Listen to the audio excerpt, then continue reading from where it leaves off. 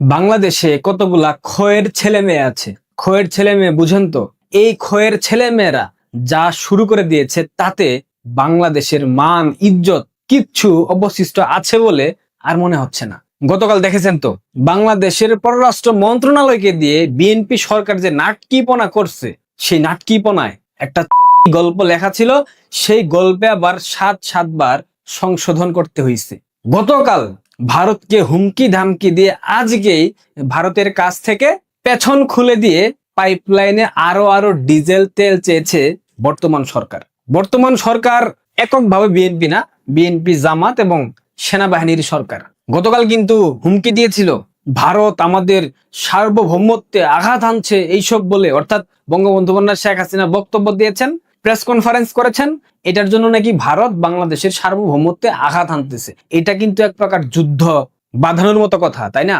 দেখেন, জ্বালানি মন্ত্রী খয়ের ছেলে টকাইটুকু কি বলতেছে, ভারত থেকে আরো ডিজেল আনবে, মানে 24টা ঘন্টা এই রাজাকারের বাচ্চাদের ফাপড়বাজি টেকে নাই। আচ্ছা, এই যে পাইপলাইন দিয়ে তেল আনবে নতুন করে ভারত থেকে, এই পাইপলাইন কি খুনি জিয়া করেছিল? এই পাইপলাইন কি বেগম জিয়া করেছিল? জি না, এই পাইপলাইন করেছিল বঙ্গবন্ধু কন্যা শেখ হাসিনা, অর্থাৎ আওয়ামী লীগ সরকার। এই রাজাকারের বাচ্চারা অতীতে দেশ বিরোধী, দেশ বিক্রির কত শত বিশেষণ এই পাইপলাইনকে কেন্দ্র করে দিয়েছে, কত শত বিরোধিতা করেছে, আপনারা নিশ্চয়ই সেটা জানেন। বিএনপি জামাতিরা, এই রাজাকারের বাচ্চারা তখন বলতো এই পাইপলাইন দিয়ে দেশের সমস্ত গ্যাস ভারতে চলে যাচ্ছে, বলে নাই?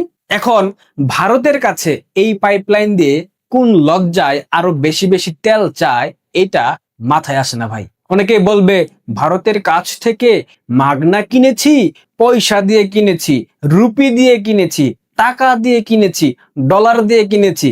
আরে খয়ের ছেলেমেয়েরা, টাকা দিয়ে কিনবি, রুপি দিয়ে কিনবি, ডলার দিয়ে কিনবি, পাকিস্তানের থেকে কিন, তুর্কির থেকে কিন, আমেরিকার থেকে কিন, চীনের কাছে কিন, তা তো পারবি না। ভারতের কাছে চাইছিস কেন? কারণ অন্য দেশের সাথে তো পাইপলাইন নাই।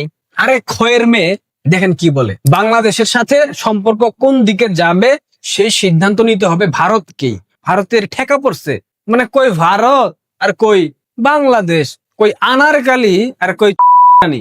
এই খয়ের মেয়ে এ যে পররাষ্ট্রমন্ত্রী হয়েছে, এর কি যোগ্যতা আছে?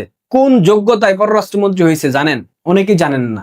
এর একমাত্র যোগ্যতা ভালো ইংরেজি বলতে পারে, পাশাপাশি সে মার্কিন নাগরিক, অর্থাৎ মার্কিন পাসপোর্টধারী। এবং এই খয়ের মেয়ের সব থেকে বড় যোগ্যতা হইল তারেক রহমানের হেরেমখানার এনলিস্টেড দাসী। বোঝেন নাই? হেরেমখানার এনলিস্টেড মানে সর্বোচ্চ পর্যায়ের দাসী হইল এই খয়ের মেয়ে শ্যামা ওবায়েদ। যাই হোক, গতকাল প্রেস বিজ্ঞপ্তির মধ্য দিয়ে পররাষ্ট্র মন্ত্রণালয়ের মাধ্যমে ক্লায়েন্ট স্টেট এই যে শব্দ, এই শব্দ ব্যবহারের মাধ্যমে বর্তমান বিএনপি জামাত সেনাবাহিনীর সরকার কৌশলগতভাবে ভারতের সাথে সম্পর্ক উত্তপ্ত করছে। হঠাৎ করে ভারতের সাথে আগ বাড়িয়ে ঝামেলা করার প্রচেষ্টা কিংবা সম্পর্ক উত্তপ্ত করার যে প্রচেষ্টা, এসবের পেছনের উদ্দেশ্য কি আপনারা জানেন? কখনো ভেবে দেখেছেন এইসবের উদ্দেশ্য আসলে কি? দেখেন, জনগণের অর্থনৈতিক কষ্ট, আইন শৃঙ্খলা পরিস্থিতি, এইসব থেকে দৃষ্টি সরানোর জন্য যেই পপুলিস্ট পররাষ্ট্রনীতি প্রয়োজন, সেটাই বর্তমান বিএনপি জামাত এবং সেনাবাহিনী কেন্দ্রিক সরকার করে যাচ্ছে। এটাই পলিসি, আর কোনো কিছু না। বঙ্গবন্ধু কন্যা শেখ হাসিনার আমলে ভারতের সাথে করা যে দ্বিপাক্ষীয় চুক্তিগুলা হয়েছিল, এই রাজাকারের বাচ্চারা অতীতে বলেছে না, সব দেশ বিরোধী চুক্তি, সব অসম চুক্তি, এসব দাবি করেছে না? কিন্তু এখন এই সব চুক্তি বাতিল না করে বহাল রেখে দিয়েছে। ইউনূস রেখেছিল, এই সরকার 6 মাস হয়ে গেছে, চুক্তিগুলো এখনো রেখে দিয়েছে। এমনকি গঙ্গা চুক্তি, যেই চুক্তি করেছিল বঙ্গবন্ধু কন্যা শেখ হাসিনা, সেটার মেয়াদ 2026 সালে এসে শেষ হয়ে যাবে। এই চুক্তি নবায়ন করার জন্য বিএনপি অনেক তৎপর, না হলে তো ডুবে যাবে, খরায় মরে যাবে, শুকিয়ে কাঠ হবে। এই যে গঙ্গা চুক্তি নবায়ন করা, চুক্তি বাতিল না করা, এইসব কি তাদের অতীতের অবস্থানের সাথে সাংঘর্ষিক না? প্রশ্ন, সাংঘর্ষিক হ্যাঁ কি না? রাজাকারের বাচ্চারা অতীতে বলতো শেখ হাসিনা সরকারের সাথে ভারত অসংখ্য গোপন চুক্তি করেছিল, কিন্তু আজ 2 বছর হয়ে গেল, এমন কোন চুক্তির তালিকা কিংবা প্রমাণ বর্তমান সরকার হাজির করতে পারে নাই। কারণ এরকম কোন চুক্তি আওয়ামী লীগ সরকার করে নাই। আওয়ামী লীগ সরকারের করা চুক্তিগুলো ভারতের পাশাপাশি বাংলাদেশের জন্য অত্যন্ত লাভজনক ছিল। এটা যে আন্ধা সেও বোঝে। এগুলা যদি কোনো হারে বাতিল করা হয় সেক্ষেত্রে ক্ষতি হবে বাংলাদেশের, যেটা বহন করার সক্ষমতা এই সেনাবাহিনী, জামাত, বিএনপি সরকারের নাই। গ্যাস, বিদ্যুৎ, নিত্যপণ্যের ঊর্ধ্বগতির কারণে যে সংকট বাংলাদেশে সৃষ্টি হয়েছে, এইসব সামলাতে ব্যর্থ হয়ে এই সরকার সেই দীর্ঘ 53 বছর ধরে চলে আসা যে প্রথাগত ভারত বিরোধী রাজনীতি, সেই রাজনীতির উপর নির্ভর করছে। মানে লজ্জা একটা যে শব্দ, একটা যে জিনিস বিএনপির মধ্যে থাকা উচিত, এটা বিএনপির মধ্যে নাই। সৃষ্টিকর্তার কাছে একটা আক্ষেপ, যদি আপনি বিএনপি জামাত সৃষ্টি করবেন তবে নতুন করে ইবলিশ শয়তানকে কেন সৃষ্টি করতে হয়েছে? বিএনপি জামাত ইবলিশের প্রতিমূর্তি, প্রতিচ্ছবি, নতুন করে ইবলিশের প্রয়োজন ছিল না। এই ক্ষয়ের ছেলে, এই ক্ষয়ের মেয়েরা প্রতিনিয়ত এই ধরনের বিভ্রান্তিকর কথাবার্তা বলে, এ ধরনের বিভ্রান্তিকর মন্তব্য করে বাংলাদেশটা অস্থিতিশীল করছে, বাংলাদেশের অর্থনীতিকে ধ্বংস করছে, বাংলাদেশের রাষ্ট্রীয় কাঠামোকে ধ্বংস করছে, বাংলাদেশের মানুষকে ঘোল খাওয়াচ্ছে। আর বাংলাদেশের বোকা মানুষ ঘোল খেয়ে যাচ্ছে। এই ঘোলের শেষ কি হবে না?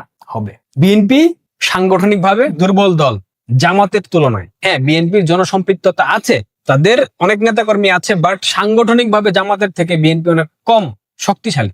এবং জামাত রাজাকারের বাচ্চাদের চরিত্র তো গত 2 মাসে একদম জাতির কাছে সুস্পষ্ট পরিষ্কার হয়ে গেছে। এরা সকাল সন্ধ্যা প্রবাসীর স্ত্রীর ঘরে যায়, এরা 13 বছরের শিশু বাচ্চাকে নিয়ে হোটেলে গিয়ে ধরা খায়, এরা হিজড়াকে টাকা দেয় না।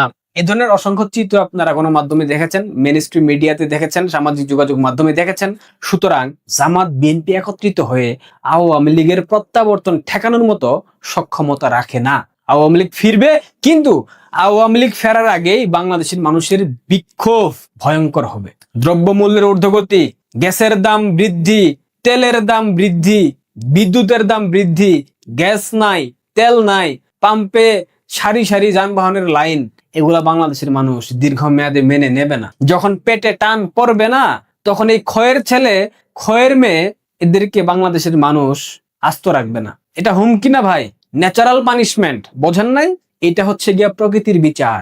সুতরাং ক্ষয়ের ছেলে, টকাইটুকু, ক্ষয়ের মেয়ে শ্যামা ওবায়েদ যতই চেষ্টা করুক ভারত বিরোধী রাজনীতি করার, যতই চেষ্টা করুক সেই 53 বছরের পপুলিস্ট পররাষ্ট্রনীতি দিয়ে ভারতের সাথে সম্পর্ক উত্তপ্ত করে জনগণের ফোকাস অন্যদিকে সরিয়ে দেওয়ার, সামগ্রিক অর্থে কোনো লাভ হবে না। কারণ বাংলাদেশের মানুষের পেটে যখন টান পড়বে তখন সরকারের গদি ধরে টান মারবে। তারেক রহমান ভাবছে এটা ইউরোপ, এটা আমেরিকা, এটা লন্ডন, মানে ইউকে, যেভাবে ইচ্ছা রাষ্ট্র পরিচালনা করবা, তুমি তোমার স্ত্রীকে তোমার গাড়ির পাশে বসিয়ে নিয়ে ড্রাইভ করবার, বাংলাদেশের মানুষ বেশি দিন হাততালি দিবে, বাহবা দিবে, ওই দিন নাই ব্রো, ওই দিন নাই। পেটে টান পড়লে সব আবেগ অনুভূতি সবকিছু হারাই যায়, বুঝেন নাই? আর বিএনপি যে কত বড় বদমাইশের দল, যারা সকালে ভারতকে গালি দেয়, সকালে স্লোগান দেয় দিল্লি না ঢাকা, ঢাকা ঢাকা, দুঃখিত ইসলামাবাদ, ইসলামাবাদ, অথচ সন্ধ্যাবেলা পেছনের কাপড় তুলে দিয়ে বলে দাদা যত খুশি লাগান কিন্তু তেল দেন, মানে যত খুশি লাগান কিন্তু ডিজেল তেল দেন, দেশ বাঁচাইতে হবে না? এই হচ্ছে অবস্থা। ভালো থাকবেন, ধন্যবাদ।